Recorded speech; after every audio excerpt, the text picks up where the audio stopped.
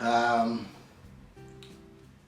I don't know if it's a Champions League night if it doesn't go that way for Liverpool. I mean, at Anfield, the 12th man, the fans, screaming out their lungs, singing, praising the players, motivating them. And again, this game had everything in it. It had us coming back. I mean, Liverpool, we don't do things the easiest of ways. We always like the hard path, and this is no different. This game is definitely going to be adding itself to the Liverpool AC Milan classics. Thankfully, we just have two, but this one is definitely coming along. I mean, shockingly, it's the first time these two teams are meeting at each other's stadium. This is the first time Liverpool will be entertaining AC Milan in their history at Anfield, and it was such a beauty to watch. I mean, these guys have 13 Champions League titles between them, with Liverpool having 6 and AC Milan having 7, and they showed why they are European super giants. Remember the last time these two met? They met in 2007 Champions League final. After that miracle of Istanbul in 2005 with another captain heroic from Steven Gerrard. This time around it was Jordan Henderson, the man who took after Steven Gerrard. I mean, what's a Liverpool AC Milan clash without a captain's heroics? This game had everything about it. Anyways, guys, thank you so much for switching on for today's episode of My Liverpool Games. You guys hear much about it in my reaction. Stay tuned, guys.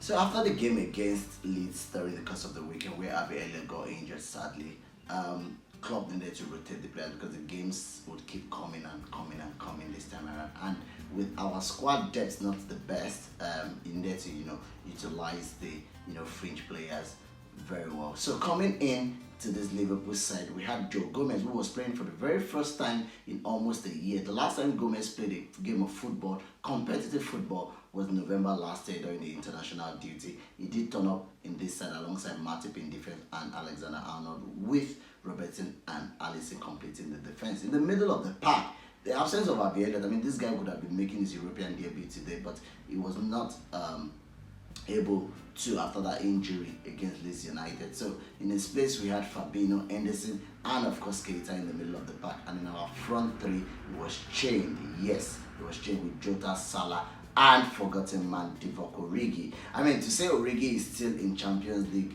football or in Liverpool this season after missing the last three game squad is it's something of a surprise to everyone. But thanks to injuries to Firmino and of course Minamino just coming back from injury, Origi had to be the one to start, with Sadio Mane going back to the bench. And of course Virgil van Dijk shockingly did not start this game against AC Milan, but we all understand why he's been he's been eased back into this side, and it would only take a while before he can start playing consecutively like he used to, so to avoid him getting injured. Now the game started very, very brightly. I mean, Liverpool in the first 5 minutes, we had like about almost 6 corners in the first 5 to 10 minutes, and the goal came thanks to my golden boy Alexander Arnold. He did shoot, and I don't know why they counted the goal as own goal anyways, but he had a huge deflection off Fikayo Tomori, the English centre defender, and Liverpool were coasting to victory at 1-0. It was looking very, very positive and very lovely for Liverpool. We thought we were going to be running the show, but a couple of minutes after, Liverpool had a penalty shout, and Salah, on his 100th appearance at Anfield, he was supposed to score. But I just knew there was something off about maybe the run up to the penalty or something. I just knew there was something off about it, and he lost the penalty. I mean, thanks to the keeper we saved. Jota tried to put the ball at the back of the net, but the keeper of course did save that again as well, and Liverpool were still trying to get more goals. But shockingly, just before halftime, in the 42nd minute, Rebic scored after Gomez put him one side. I mean, I'm not going to criticize Gomez. This is his first competitive game in almost a year, and his positioning was to be questioned there. But where's Alexander Arnold at that point in time? I personally am of the opinion that Trent has actually improved in his defense this season, but he was found wanting for that goal, and Rebic did put them level just in the 42nd minute of the game.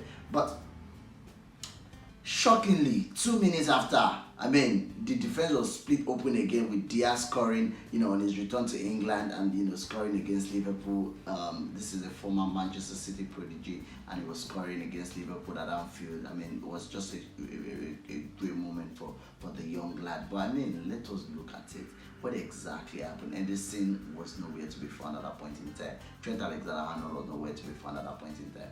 And of course, the goal went.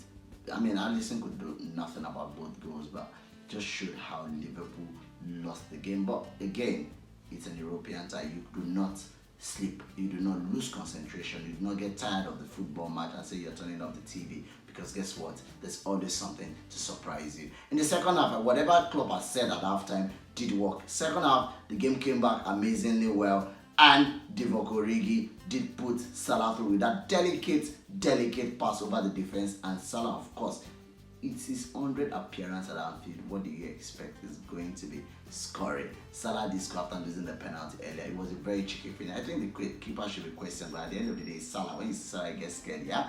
So, Salah did put us level, and Liverpool were back in swag. Like, the swagger was there, the confidence was there on the ball, and we're playing. I mean, Keita gave a dazzling performance in the middle of the park.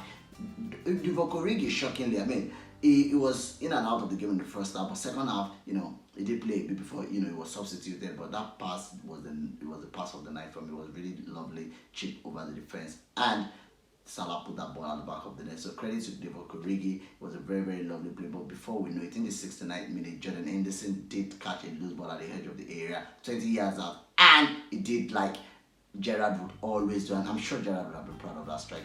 Our captain did put us as winners of the game in that group of that, because at the end of the day, we still have Atletico to play, we still have Porto to play. Porto, I mean, it's 6 point, no disrespect to them, but winning AC Milan at Anfield was very, very important for us, and we can start looking to qualify, I think, because AC Milan, Porto and Atletico Madrid did draw last night as well, so we start looking to qualify for the knockout stages of this Champions League this season. Are we hearing a 7th Champions League title for Liverpool? Hopefully. Game time for Thiago, who came on during the course of the game. James Milner did come on as well. Curtis Jones and Sadio Mane, of course, did come up at the end of the day with the front three of Curtis Jones, Sadio Mane, and Alex Oxlade-Chamberlain, finishing the game at the end of the day. It was a very, very lovely game, and credit to Klopp. Klopp did amazingly well. The substitutions were on point, the rotation was on point, and for me, my man of the match has to be Fabinho, because I mean, nobody gave AC Milan the memo that there's somebody in the middle of the park that will snap out all of your passes. Yeah, Fabinho for me was my man of the match, and everybody gave an assured performance. Yeah, our next game is going to be coming against Crystal Palace in the weekend, and hopefully we'll keep our beating run going in the weekend. We'd expect that Sadio Mane will come back into this side. Of course, Diogo Jota is going to be starting the game. Then to be replacing him, I think it's going to be Thiago, because he was rested for this game before he was brought up during the course of the game. So I think that the midfield that will be playing against Crystal Palace is going to be Fabinho, Thiago, and of course Jordan Henderson. Okay, that credit to him. I hope he stays fit this season. He ran the show. He ran out of steam during the course of the second half, but I think he played very, very well. Overall performance, I think we did excellently well. Yes, we considered 2 goals, but win is all that matters, and we got the win. Anyways, guys, thank you so much for watching today's episode of my Liverpool Game. Don't forget to subscribe, don't forget to share, like my video, and of course follow me on Twitter on @this_is09. Follow me on Instagram, Anfield Lights. I'll see you again after the game against Crystal Palace. Take care of yourself, guys. Bye.